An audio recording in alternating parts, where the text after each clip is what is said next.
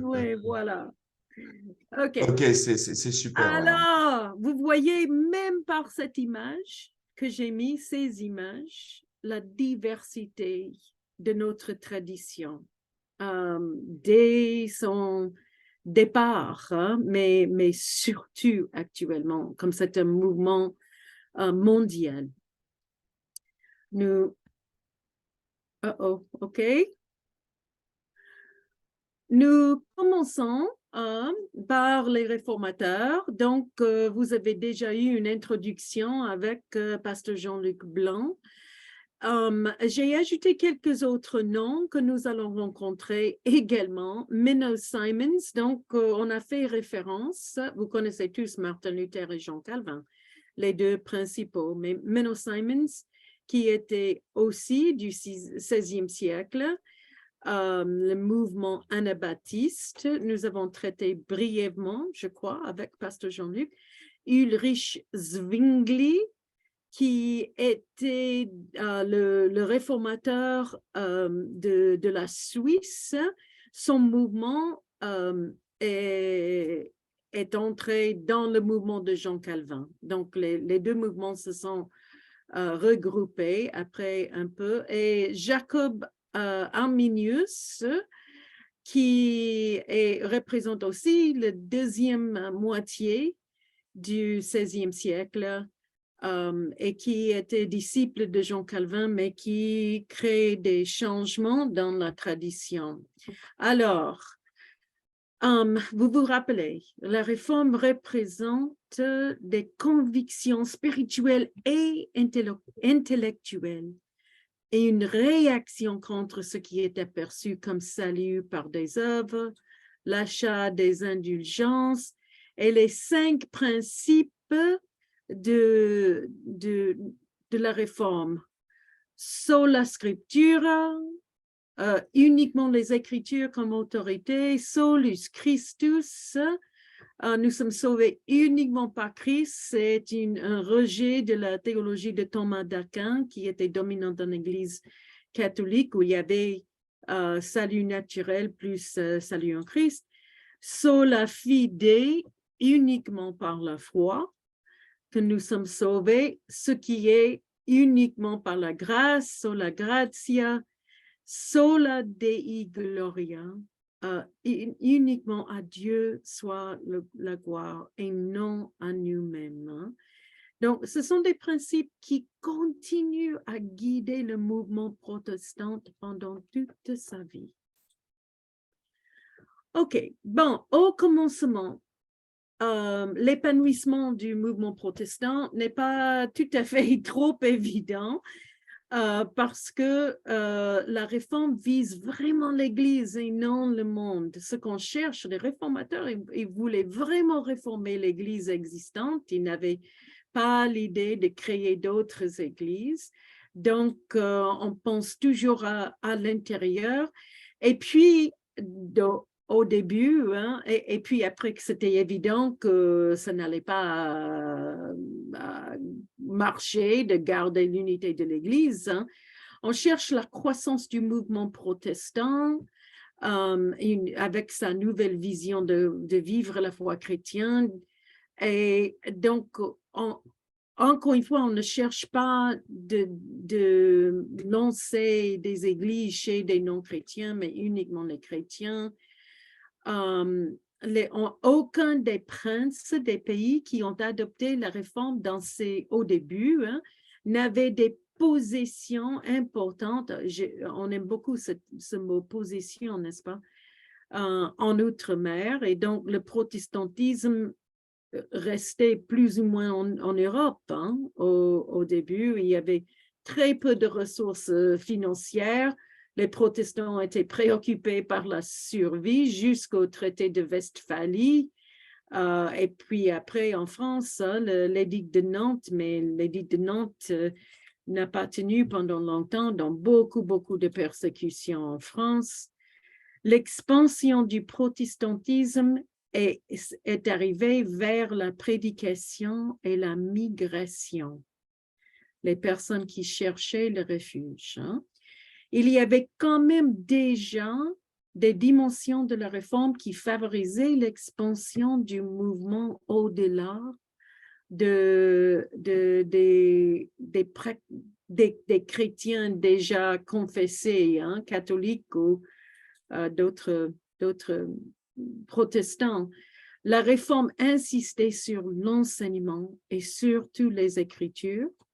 La réforme visait la formation des prédicateurs, des pasteurs, des enseignants. Donc, c'est déjà l'expansion du mouvement, l'épanouissement du mouvement est envisagé.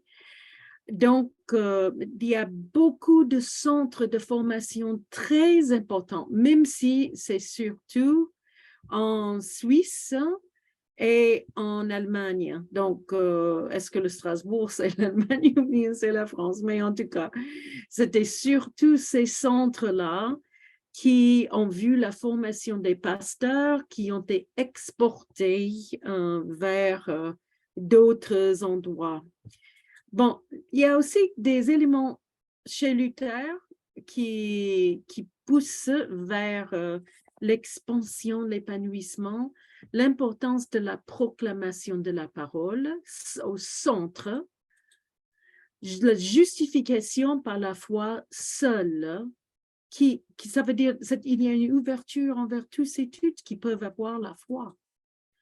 Reconnaissance que la foi dépend de la proclamation de la bonne nouvelle, il fallait absolument prêcher. Importance d'une foi profonde, personnelle en Christ chez Luther. Et aussi la traduction de la Bible, l'étude de la Bible en langue maternelle. Il croyait aussi de la dépravation de l'homme sans Christ, solus Christus. Ça veut dire qu'il y a une nécessité de partager la bonne nouvelle. On ne compte pas sur la révélation naturelle. Et enfin, la mission est d'abord la missio Dei. Donc, ensuite, c'est la mission de l'Église tout entière. Ça veut dire que chaque chrétien et toute l'Église est responsable de participer dans la missio Dei.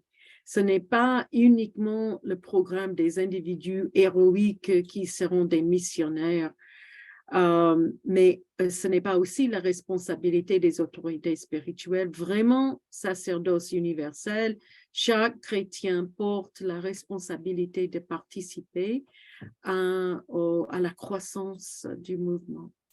Chez Jean Calvin aussi, vous vous rappelez que la mission principale de l'homme est la louange de Dieu souverain.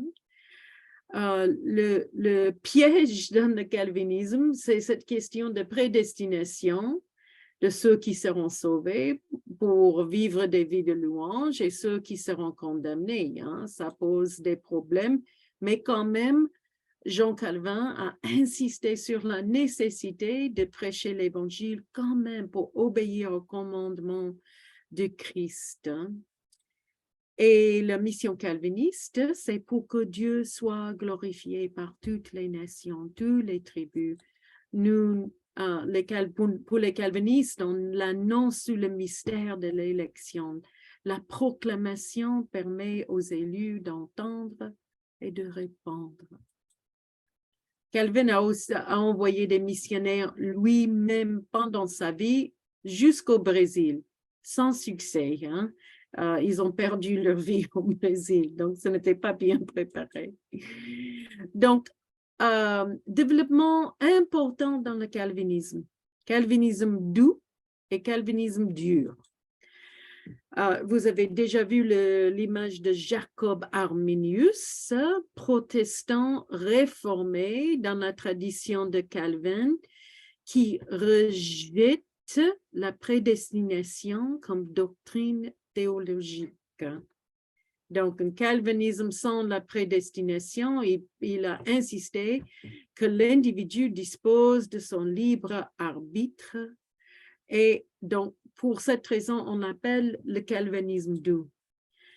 Donc, ces calvinistes arminiennes qui soulignaient le libre arbitre étaient très missionnaires, donc très influents sur les grosses branches du protestantisme méthodiste et baptiste plus tard, Mais le calvinisme dur était aussi très missionnaire. Donc, on a vu un épanouissement des mouvements ecclésiaux protestants issus du calvinisme traditionnel, pur et dur. George Whitefield est un calviniste traditionnel et c'est lui qui a fait appel au frère Wesley au commencement du méthodisme. Ça, c'est 18e siècle. Mais on se rappelle aussi que les puritains américains qui évangélisent les Indiens en Amérique du Nord et qui ont développé de nouvelles églises aux États-Unis.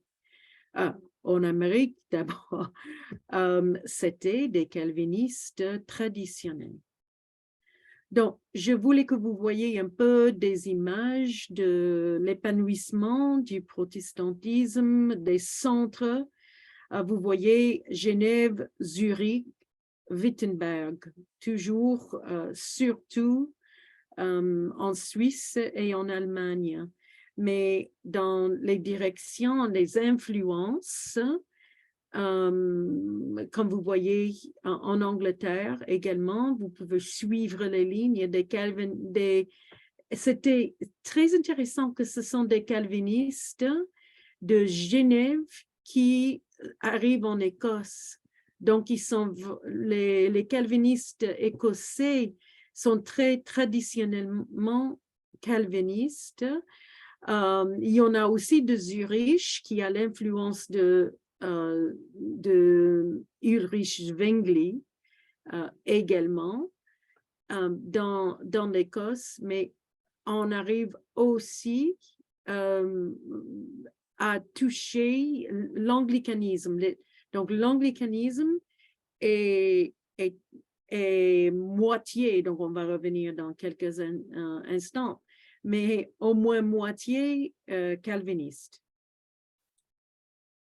OK, donc vous pouvez voir ici l'état des églises protestantes en 1588. Donc, nous pouvons voir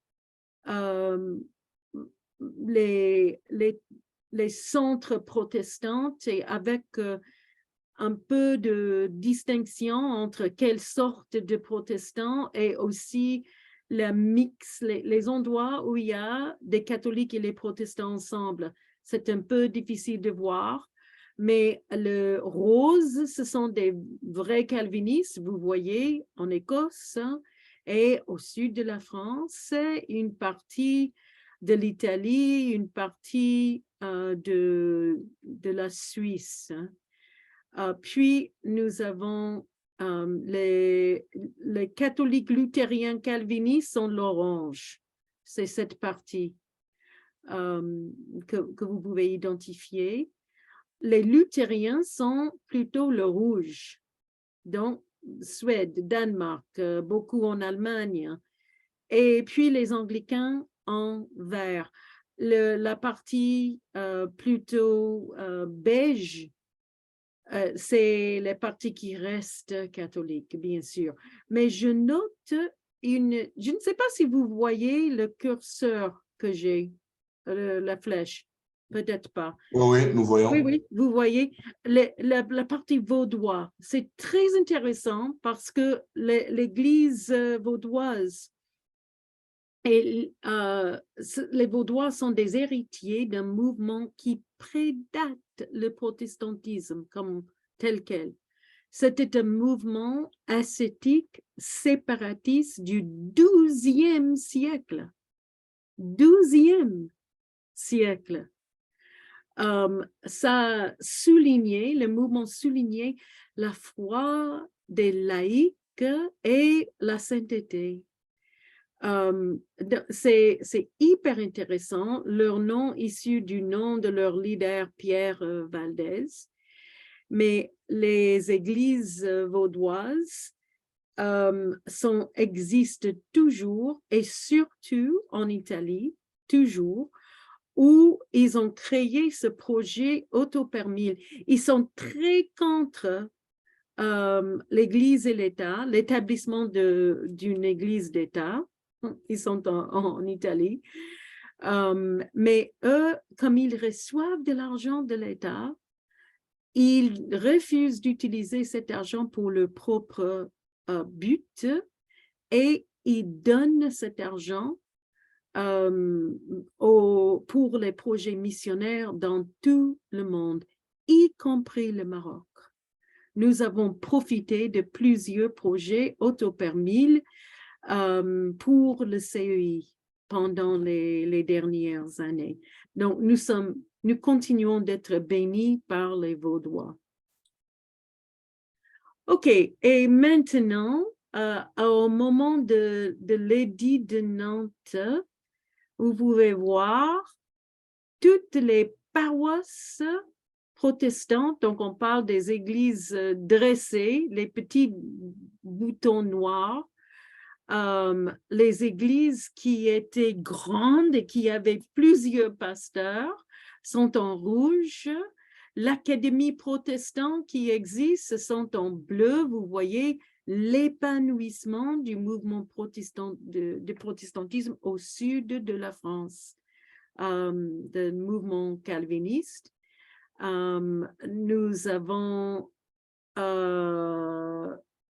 donc d'autres places de sûreté, donc les endroits où les protestants se sentaient vraiment protégés, qui sont dans cette sorte de jaune que vous voyez. OK. On va sauter du continent d'Europe aux îles d'Angleterre et le Royaume-Uni après. L'anglicanisme s'est développé aussi dans le XVIe siècle. Vous avez déjà entendu tout ça de Pasteur Jean-Luc, grâce au roi Henri VIII qui voulait se divorcer. Mais l'anglicanisme, donc il y avait des calvinistes en Angleterre qui ont vraiment profité de l'ouverture du roi et aussi d'autres personnes dans la cour pour influencer le développement de l'Église anglicaine. Et eux, ils se croient vraiment à mi-chemin entre le catholicisme et le calvinisme. C'est le via media, donc le mi-chemin.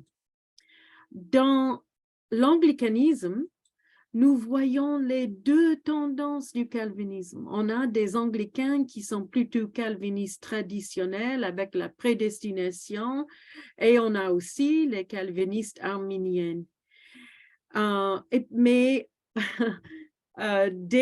presque dès le début, donc au XVIIe siècle, au début du XVIIe siècle et vraiment à la fin du XVIe siècle déjà, on avait d'autres tendances qui se développaient. On a les séparatistes d'abord, qui ne voulaient pas que l'Église et l'État soient une entité, donc qu'il n'y ait pas d'église officielle, que ça ne laissait pas assez de liberté aux chrétiens. Et donc, nous avons des séparatistes. J'ai dit les épiscopaliens parce que l'église anglicaine aux États-Unis, bon, aux Amériques au début, s'est constituée église à part de l'église anglicaine en Angleterre. Et les méthodistes également, c'est un mouvement anglican qui n'accepte pas de faire partie de l'Église anglicaine comme Église d'État. Puis, nous avons des congrégationalistes, ce sont des séparatistes qui insistent sur l'autorité locale, donc l'autorité de l'Église locale. Ces congrégationalistes sont des ancêtres des Églises unies du Christ, c'est UCC. Nous sommes en partenariat avec eux, avec Peter Macari, qui ont eu beaucoup d'épanouissement aux États-Unis après. Donc, les congrégationalistes sont nés des séparatistes et puis nous avons les baptistes qui sont nés des congrégationalistes. Encore une fois, origine anglicaine, séparatiste, congrégationaliste, qui rejettent le baptême de l'enfant. Donc, des nouveau-nés et des petits-enfants. Donc, des baptistes qui voulaient souligner le volontarisme, la décision personnelle de suivre Christ et qui ont été au début du XVIIe siècle exilés en Hollande et influencés par les anabaptistes qui étaient déjà en Hollande. Ça, je veux alors parler un peu des anabaptistes. Jean-Luc vous a dit que les anabaptistes ont le mot anabaptiste, ça veut dire quelqu'un qui baptise pour la deuxième fois. Donc, si vous étiez déjà baptisé dans l'église luthérienne, dans l'église catholique, dans l'église presbytérienne, dans l'église anglicaine, les anabaptistes, en tant qu'enfant ou bébé, les anabaptistes ont dit que ce n'était pas un baptême valide, alors ils voulaient souligner le baptême des adultes, donc encore une fois, être baptisé. Ce qui était anathème aux églises établies, quoi que ce soit, les luthériens, les calvinistes, les catholiques ou les anglicains. Et donc, les anabaptistes étaient persécutés de tous les côtés et très souvent, on les a noyés dans la rivière. Et vous pouvez voir cette image qui est issue du début du XVIIe siècle ou bien fin XVIe siècle des anabaptistes qui essayent de s'échapper de la persécution. Mais à part ça, c'est très intéressant ce mouvement parce que c'est le XVIe siècle.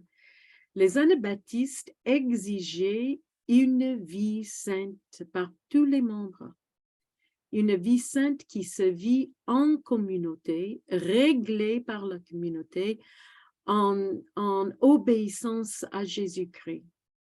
Donc, il souligne la conviction et engagement personnel, les baptêmes des adultes qui s'y engagent et la discipline dans la communauté quand on considère que des personnes ne sont pas en train vraiment de vivre en tant que disciples de Jésus-Christ.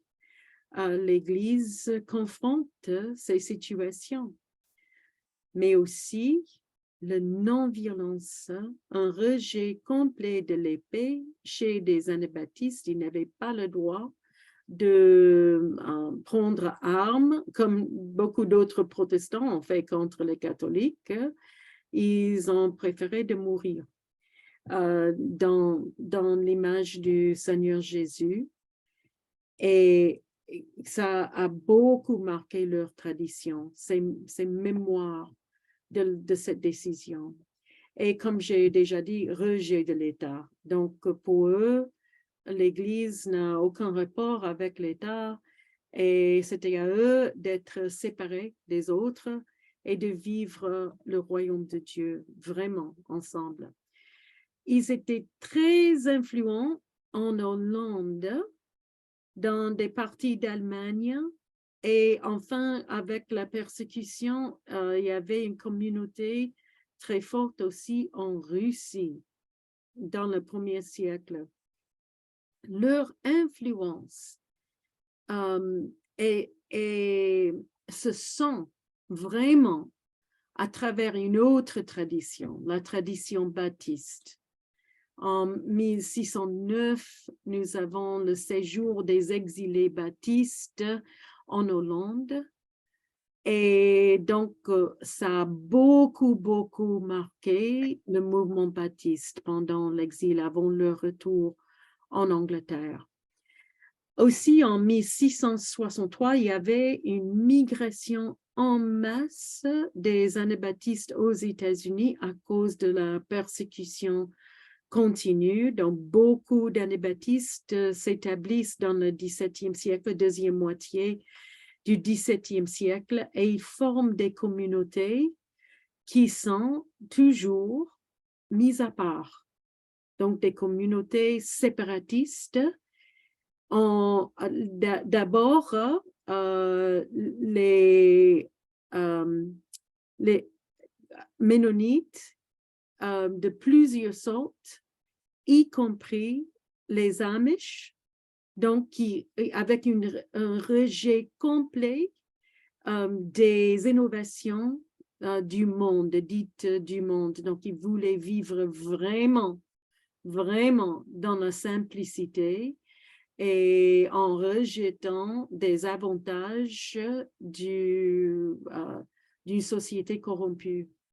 Donc, c'est pour ça que nous avons toujours dans l'État de Kentucky, là où je suis, des communautés de Amish qui ne rejettent les voitures et qui sont toujours derrière leur cheval dans leur petit chariot qui portent des anciens vêtements avec des nouvelles chaussures, c'est-à-dire des espadrilles, mais qui continuent de résister à la grande société et de témoigner par leur vie de simplicité et d'amour parmi eux. Il y a aussi des Ménonites qui se sont adaptés à la modernité, plus ou moins, mais ils continuent de souligner des vies simples, la non-violence et les autres convictions uniques, mais pas un rejet total de la modernité et de l'État. OK. Je reviens au mouvement baptiste, mes ancêtres spirituels, Thomas Helwys et John Smythe. Donc, comme j'ai dit, les baptistes sont une combinaison du calvinisme doux, arminianisme et l'anabaptisme. Né au début du XVIIe siècle, les leaders, John Smith et Thomas Helwys, étaient d'abord des puritains en Angleterre, qui sont devenus séparatistes et déjà, dès le début, ils insistaient beaucoup sur la liberté personnelle, l'engagement personnel, la réflexion personnelle qui marquerait l'époque de l'illumination qui commencerait à la fin du XVIIe siècle. Donc, ils étaient des personnes qui anticipaient the Enlightenment, l'illumination, l'époque de l'illumination, et ce mouvement a beaucoup pris de puissance grâce à l'époque de l'illumination. Donc, les baptistes soulignent liberté de conscience, séparation totale entre Église et État, sacerdoce universel, autorité des Écritures et l'autonomie de l'Église locale. Donc, la liberté de chaque congrégation d'interpréter les Écritures et de consacrer leur propre pasteur, etc. Donc, c'est un mouvement qui correspond vraiment à l'esprit de l'époque, à l'esprit de l'indépendance, liberté qui sera primordiale dans le XVIIIe siècle. Mais il y a un autre mouvement du XVIIe siècle qu'il faut traiter, et c'est le quakerisme, la Société des Amis. En 1649, George Fox, à Londres, après la guerre civile en Angleterre, qui a dévasté le pays, organise la Société des Amis pour souligner l'importance de chercher l'Esprit de Dieu qui sème sa lumière à l'intérieur de chacun et chacune. Donc, c'est l'autorité, bon, disons, on peut penser aux questions d'autorité dans tous ces mouvements. Où se trouve l'autorité? Maintenant, l'autorité se trouve à l'intérieur de la personne. Donc, c'est la lumière. Il faut être fidèle à la lumière que vous avez. Dans leur culte, il n'y a ni lecture biblique, ni prédication, ni hymne, comme les autres protestants de l'époque. Les amis se réunissaient en silence pour écouter l'Esprit et partager ce que l'Esprit leur révélait. S'ils étaient convaincus que l'Esprit leur avait dit quelque chose, ils étaient invités de se mettre debout et de partager. Donc, la Société des Amis a pris le surnom Quakers, parce que quake en anglais, ça veut dire trembler. Et il semble que une des manifestations très souvent qui avait été remarquée chez des Quakers, quand ils sentaient la présence de l'Esprit Saint qui leur parlait, c'était un tremblement. Donc, Quakers, c'était un nom, surnom que eux n'aimaient pas du tout, mais ça s'est attaché et maintenant on l'accepte. Hein. Mais officiellement, ils sont toujours la Société des Amis. Eux aussi, séparation complète de l'Église de l'État et comme les anabaptistes, un pacifisme strict, rejet de l'épée. Et les Quakers aussi ont été martyrisés par l'épée en refusant de répondre. Ils ont aussi beaucoup migré en Amérique, plus tard aux États-Unis, mais en Amérique, à cause de leur situation de persécution. OK. Maintenant, on va parler un tout petit peu de l'expansion du protestantisme via la mission, parce qu'au début, comme je vous ai dit, l'Église catholique était très missionnaire au début du protestantisme avec tous les explorateurs qui ont été soutenus par les rois catholiques. Hein. On a vu la mission de emmener l'évangile aux sauvages dès le début, et des groupes comme les jésuites, des pères blancs et d'autres ont été très missionnaires. Les premiers missionnaires protestants que nous connaissons, c'était des aumôniers néerlandais qui accompagnaient les marins de la société néerlandaise indienne de l'Est. Hein. Donc, c'était un mouvement commercial et colonial. Nous reconnaissons que chez des protestants et chez des catholiques, l'évangélisation du mouvement était aussi, au début, activité commerciale et coloniale. Mais quand même, il y avait des personnes de bonne foi qui ont insisté de traduire les Écritures dans la langue des personnes qui étaient là et qui ont vraiment pris souci des populations. La première langue, je crois, dans laquelle les Écritures ont été traduites par cette société néerlandaise, c'était le malais de Malaisie et de l'Indonésie. Ce qui est intéressant pour mon mari qui a grandi en Indonésie lui-même.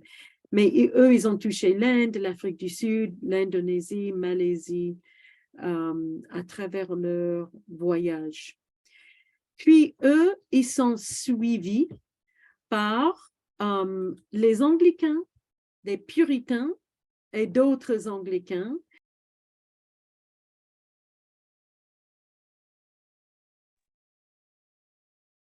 Vous m'entendez? Oui. Les Anglicains qui avaient leur colonie en Amérique du Nord. Donc, il y avait des pasteurs anglicains qui se tournaient vers les autochtones. Dont, premièrement, début 17e siècle, John Eliot, qui s'est tourné vers les Algonquins, dont Wampanoag, c'était ceux de Massachusetts qui ont été très proches aux puritains, donc le fait de Thanksgiving, on en parle. Lui, il a fait une traduction de la Bible en algonquin. C'était la première Bible publiée en Amérique du Nord. Donc, il y a la colonisation, bien sûr, qui a suscité l'épanouissement du protestantisme, mais aussi la persécution, comme j'ai déjà dit, avec les anabaptistes et Quakers, la Société des Amis, mais aussi les Français. Parce que, vous vous rappelez, j'ai parlé de l'édit de Nantes, donc Henri IV, qui était un converti au catholicisme, du protestantisme. Lui, il a déclaré protection des Français du trône, hein, pour tous les protestants au pays. Gloire à Dieu, fin du XVIe siècle, mais encore une fois, ça n'a pas tenu, et sous les Louis XIII et Louis XIV, les protestants ont beaucoup souffert. Et alors, un exode en masse de la France vers les Amériques. Et vous voyez que ce n'était pas uniquement l'Amérique du Nord, mais aussi l'Amérique latine. OK, maintenant, le mouvement méthodiste. On revient en Angleterre. Le mouvement méthodiste est très intéressant. Ça souligne la foi expérimentée au cœur et dans la vie du croyant. John Wesley, c'est le grand prédicateur du méthodisme, était prêtre anglican. Il était, même avant de devenir prêtre, quand il étudiait la théologie à Oxford, il était un des leaders avec son frère Charles et George Whitefield du club de sainteté, donc des personnes qui s'intéressaient vraiment à vivre des vies saintes en suivant Jésus-Christ. Et il est consacré prêtre anglican calviniste, très calviniste du côté, au lieu d'être du côté catholique. En 1738, il avait passé 2 années de ministère dans la colonie de Georgia en Amérique, hein, où il n'était pas du tout satisfait, donc il est rentré en Angleterre et il se joigne aux Moraviens exilés en Angleterre. Qui sont ces Moraviens? C'est aussi hyper intéressant parce que les Moraviens sont des héritiers du mouvement Unitas Fratrum, l'unité des frères, de John Hus. Vous reconnaissez le nom de John Hus? C'est un prêtre en Tchécoslovaquie qui, au 15e siècle, ce n'est pas le 16e siècle, c'est le 15e siècle, avant le protestantisme, qui protestait les abus de l'Église catholique et soulignait l'importance d'une vie sanctifiée. Donc, encore une fois, comme les Vaudois, c'est un autre mouvement qui prédate le protestantisme, mais qui est pris dans le mouvement protestant. Ils se joignent au mouvement protestant. Et les Moraviens n'ont pas les mêmes racines que les églises anabaptistes de l'Allemagne. mais quand même, ils ressemblent un peu aux églises anabaptistes et des fois sont confondus. Mais ce sont les ancêtres de l'église des frères, the Brethren Churches. Donc, pendant que John Wesley était chez eux, il a eu une expérience très forte de la présence de Dieu. Il a dit que son cœur était chauffé dans une manière qui le frappait. Chez les Moraviens à Aldersgate, à Londres. Et ça lui a transformé la vie. Il a lancé un nouveau mouvement qui soulignait et la sanctification qui était déjà, vous vous rappelez, son inquiétude et l'expérience personnelle de Dieu. Mais un mouvement qui n'était pas congrégationaliste, qui était organisé. On a décidé dans le méthodisme de suivre, de retenir une structure épiscopale avec un évêque. Et il a souligné très fortement l'activité missionnaire. Donc, les méthodistes en Angleterre et puis aussi aux États-Unis ont été connus par des prédicateurs itinérants. Donc, un pasteur n'avait pas une église dans une ville où il était. Il est parti sur le dos d'un cheval pour prêcher dans plusieurs endroits et il faisait toujours le circuit dans ces plusieurs endroits. Quelque chose qui me plaît beaucoup, hein? J'aime beaucoup John Wesley, vous pouvez le voir peut-être à travers ma présentation. Mais une chose que j'aime vraiment chez lui, c'est l'équilibre qu'il montre quand il parle de l'autorité. Comment est-ce qu'on peut savoir comprendre la volonté de Dieu?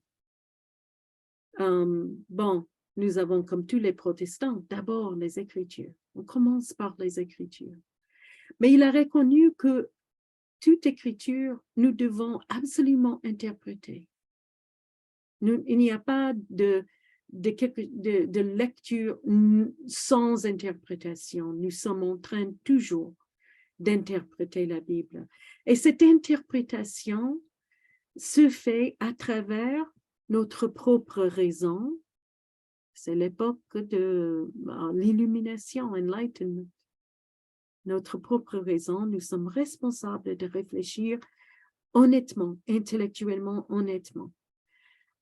Plus la tradition chrétienne, donc comment est-ce que les chrétiens pendant les époques ont interprété, ont compris ces textes, plus notre propre expérience. Donc, ils valorisent l'expérience personnelle de Dieu. Donc, on interprète les Écritures à travers ces trois autres pistes pour arriver à une foi qui est bien fondée, bien réfléchie, qui se situe dans le christianisme et qui valorise aussi l'expérience du croyant.